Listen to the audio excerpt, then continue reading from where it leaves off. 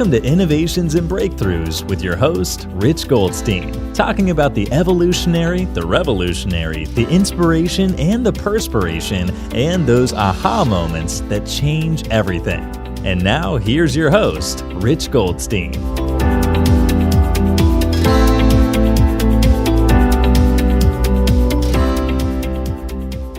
Rich Goldstein here, host of the Innovations and Breakthroughs podcast, where I feature top leaders and the path they took to create change.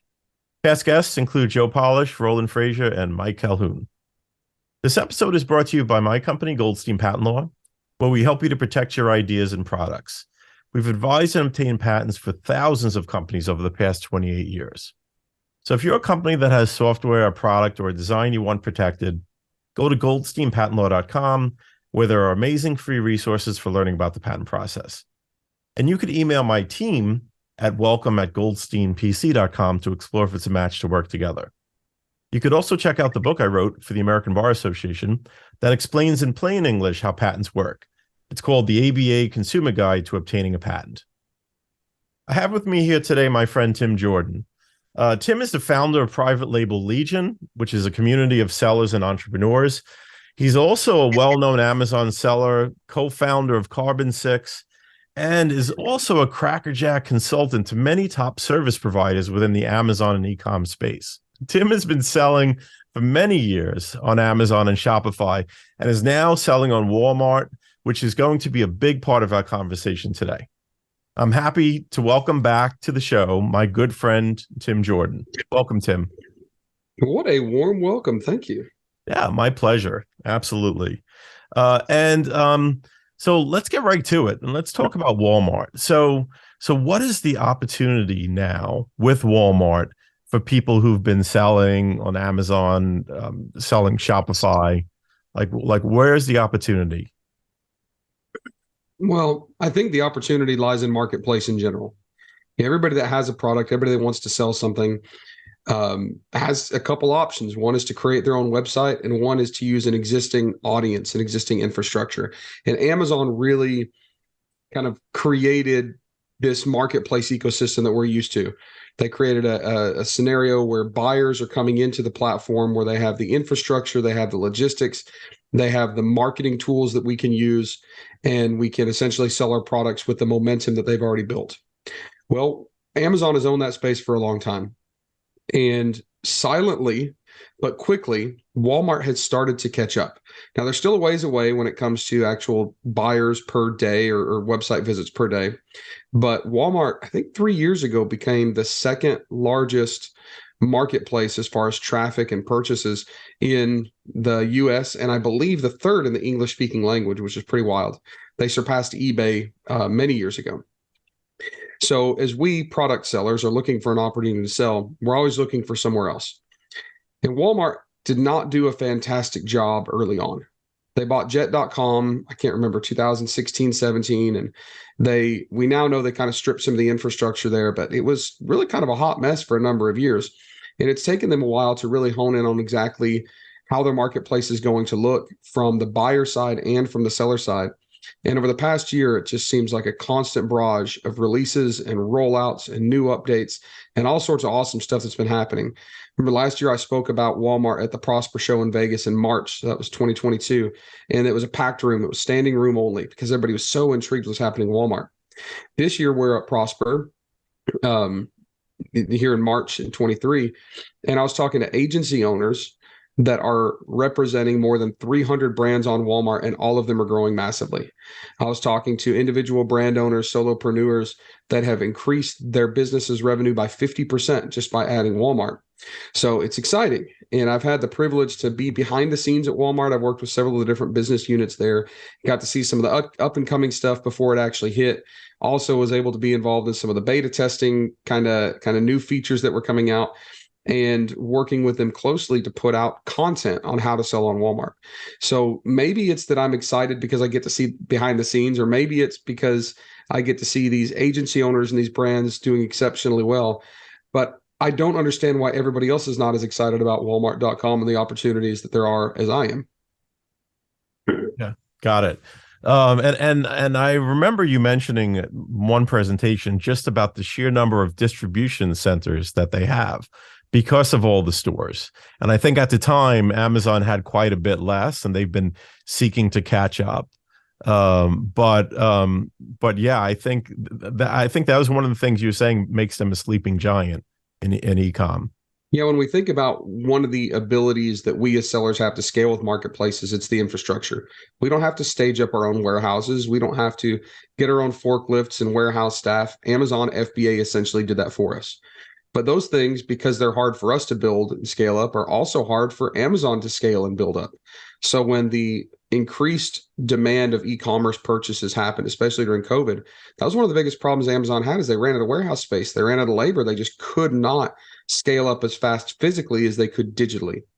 And when you think about Walmart, there is a Walmart store within 10 miles of 90% of the North American population. That is an ungodly high ratio. It's ridiculous how many Walmart stores there are.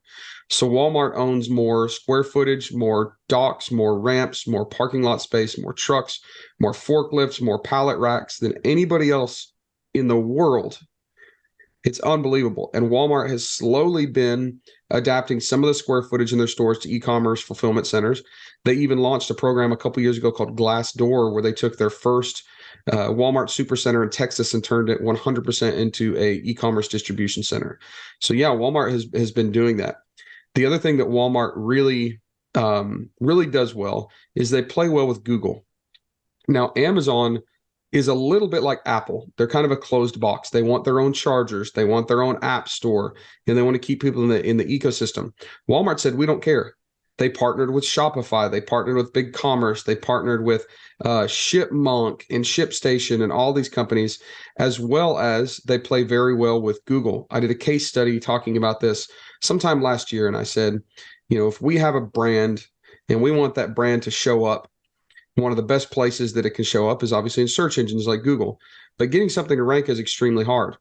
Now, Walmart ranks things quickly. So if I would go to Google and I type, let's say I go to Amazon and I would type men's underwear, I would get all these different brands, but very few of them would be Hanes. Well, I could take the top one from Hanes and put that listing into Google, and it wouldn't really even index. But I could take the same brand name, put it in Google, and in Google Shopping, which is the top results, 15 of the top 30 results were all Walmart listings for Hanes underwear. So what we know is that Google is heavily prioritizing Walmart listings in organic rank. And that's going to be powerful. It is powerful because my brand now gets Walmart's SEO love when people are Googling specifically for the keywords that I'm trying to index and rank for on Walmart. It's like free traffic. And Amazon has never had that ability or that power with Google.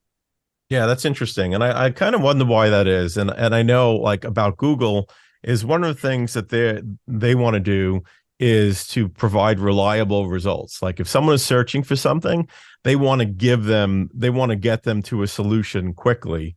And so they look for web pages that are likely to be the thing that the person is looking for. And I imagine it says something about that they trust Walmart in terms of it being the thing, their listings being the thing that someone is looking for, or maybe their ability to fulfill or have products nearby or something like that, that has them say like, this is a good bet for giving the searcher what they're looking for.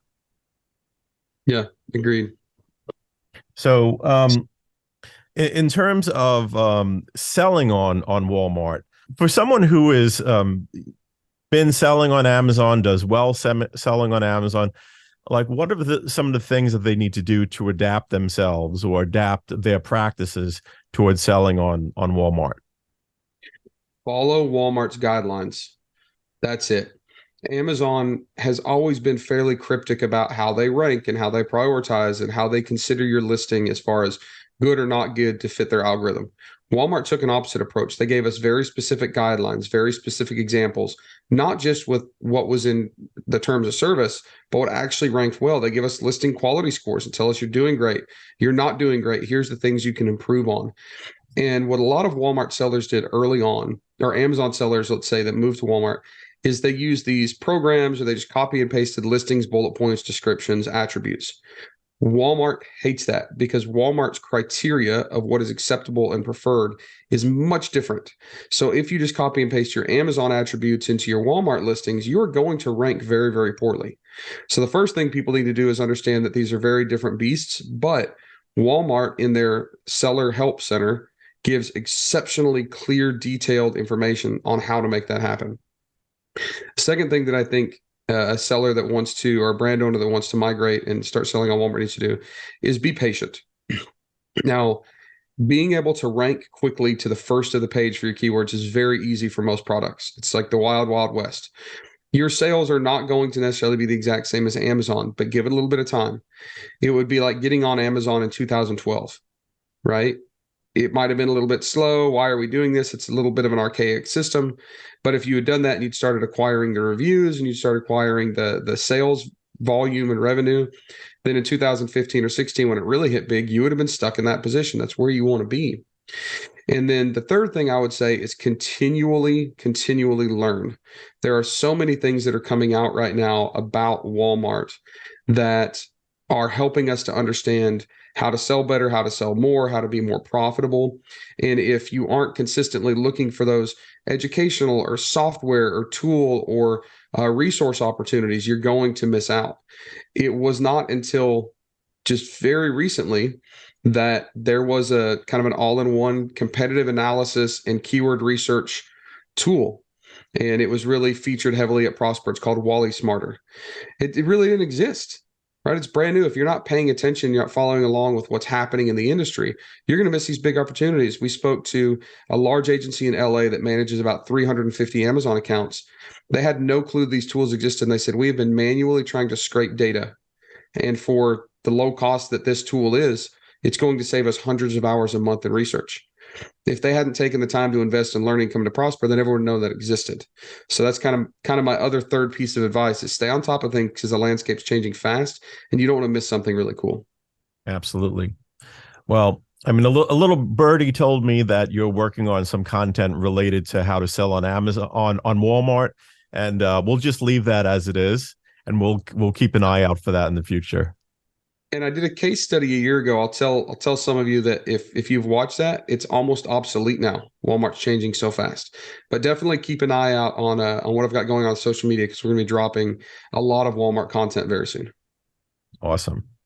Okay, cool. Well, and so Walmart is exciting, but also I know that, and I noticed at Prosper you're hanging out with some executives from Alibaba, and so there's another opportunity there with Alibaba. Do you want to tell me a bit about that?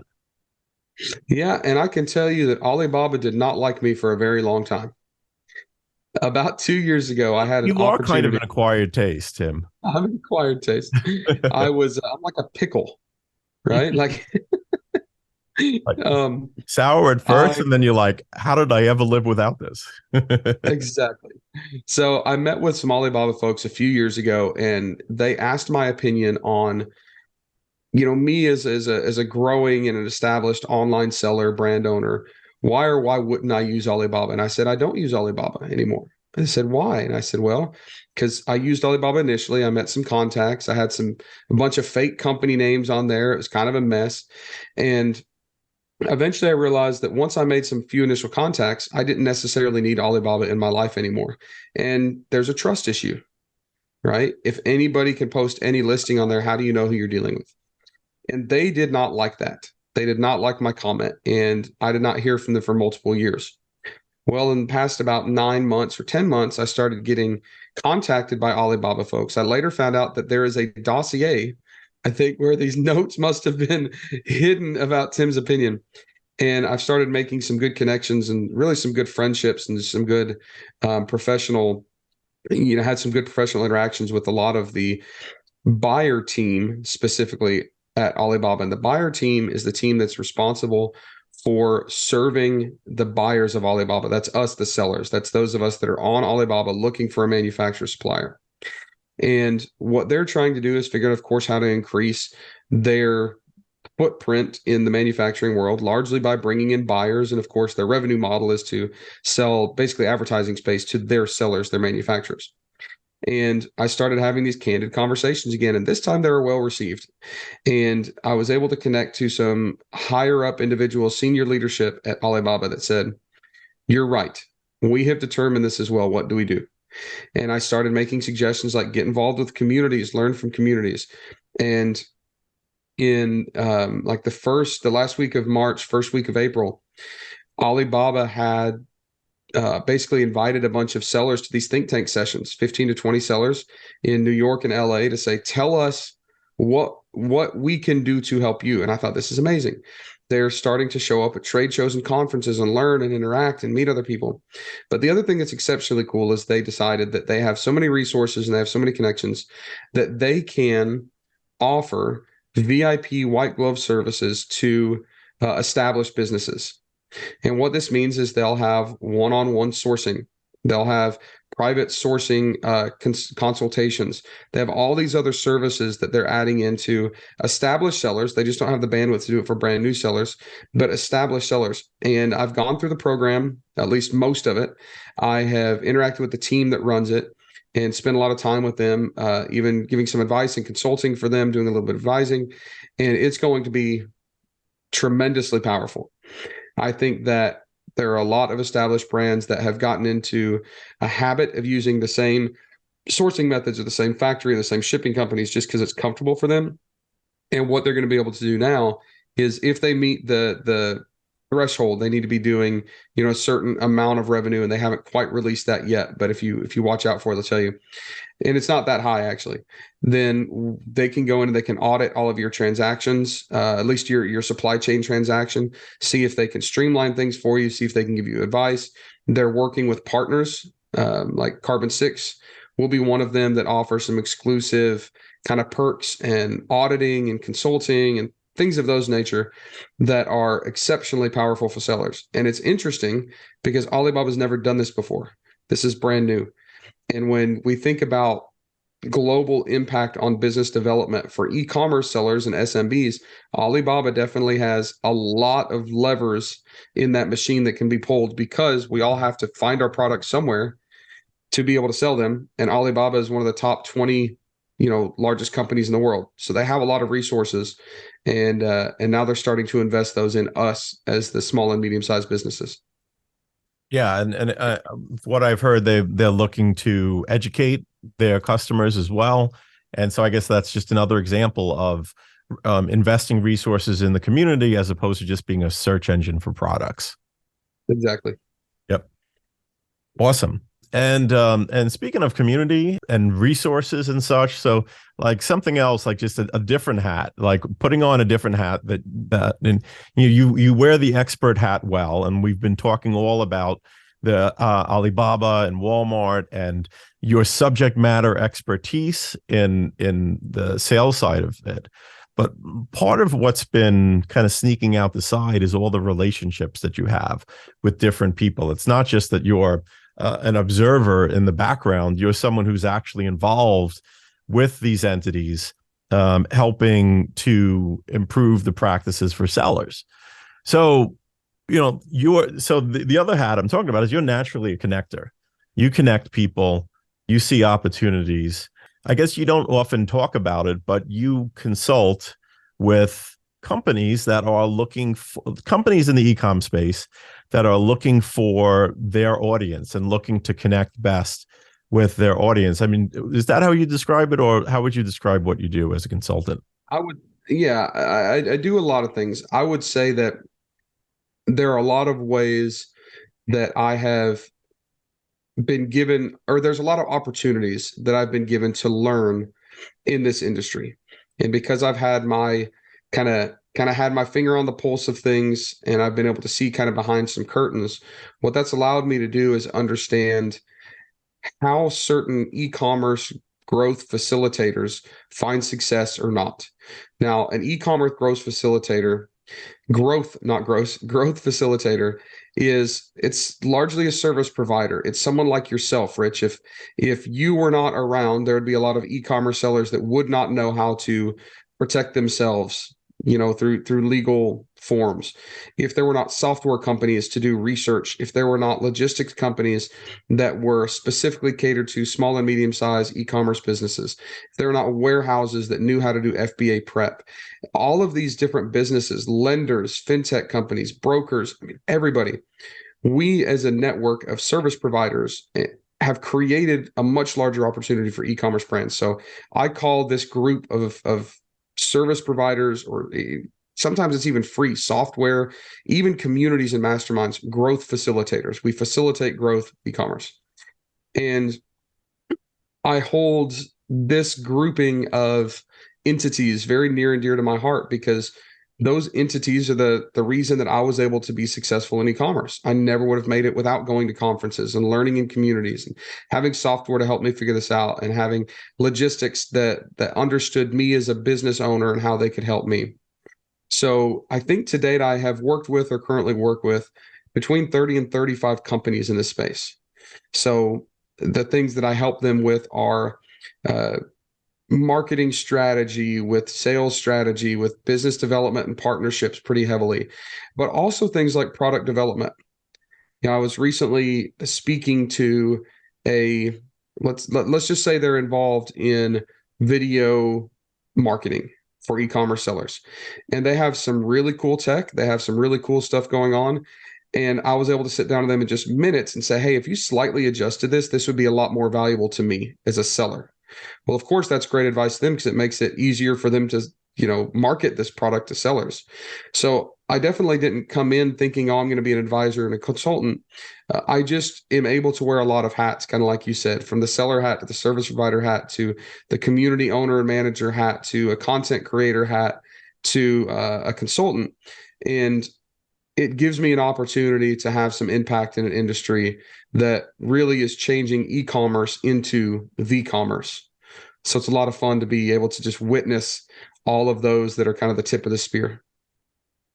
Yes, and that's a very humble way to describe it. But I would say part of your genius is seeing how to connect those dots, and you've given great advice to me in that regard, consulting with me, and I really appreciate it. You've had a big impact on me and my business, and I've seen you have a big impact on many other businesses. So thanks for doing that.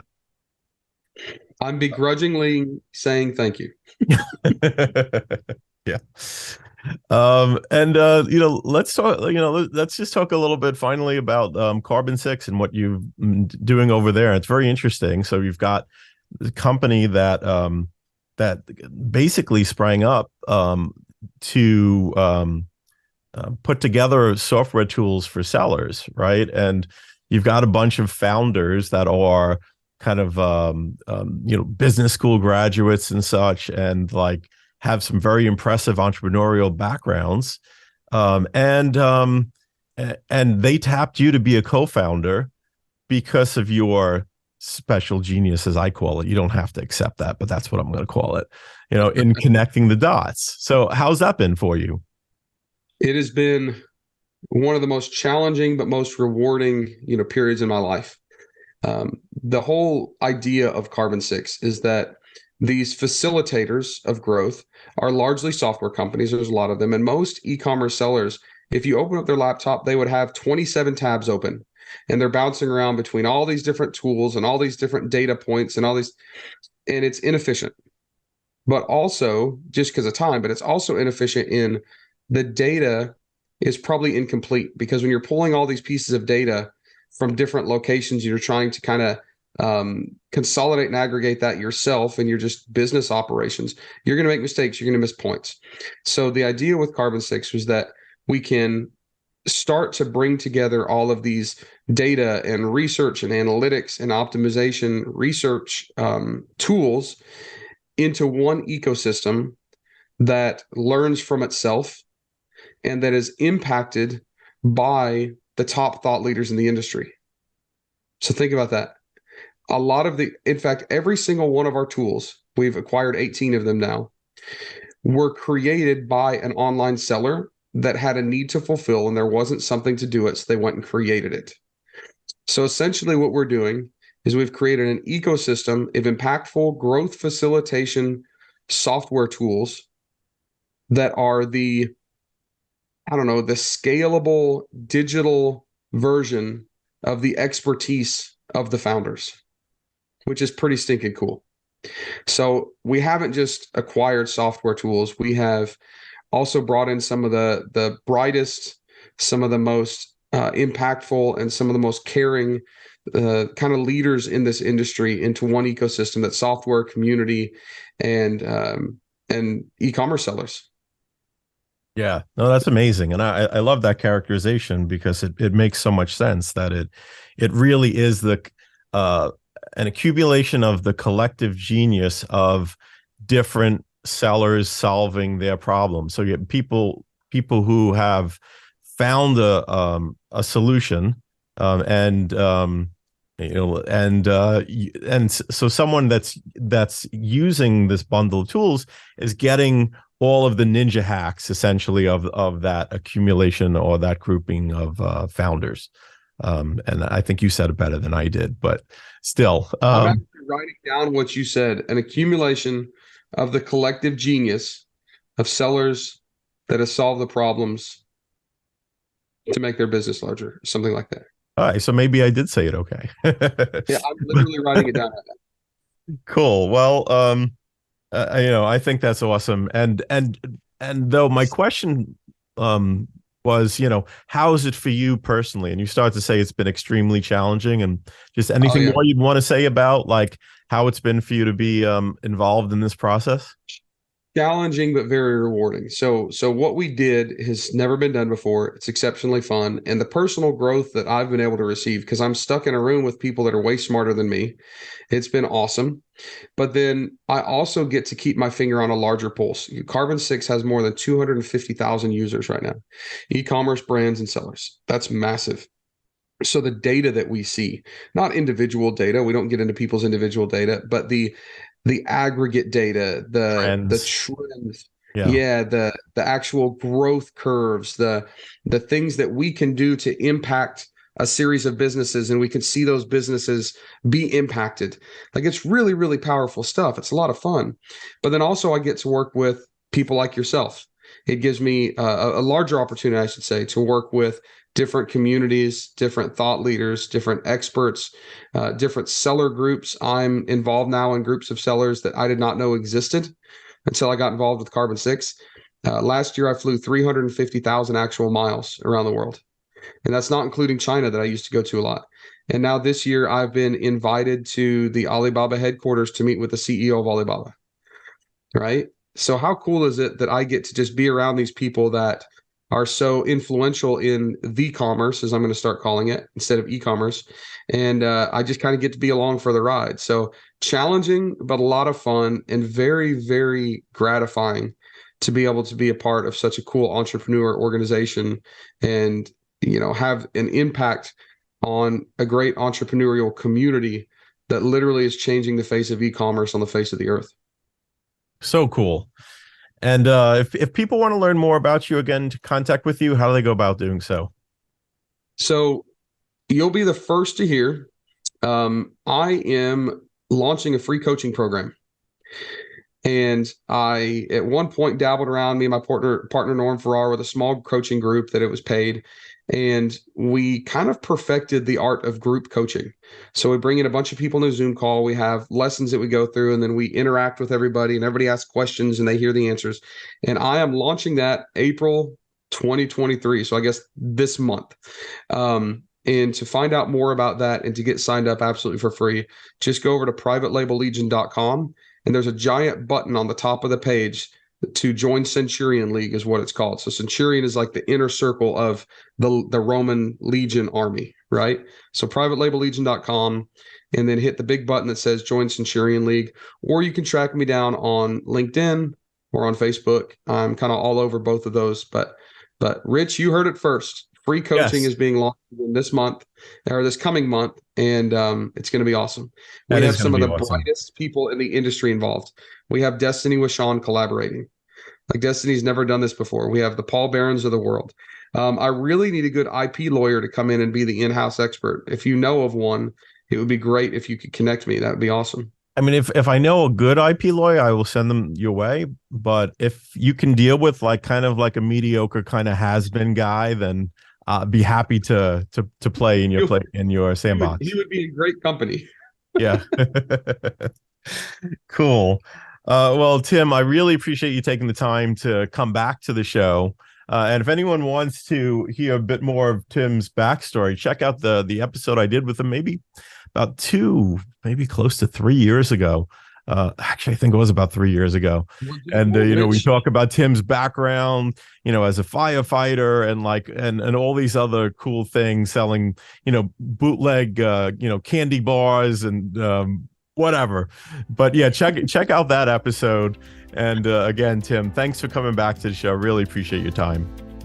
Yep. Thank you.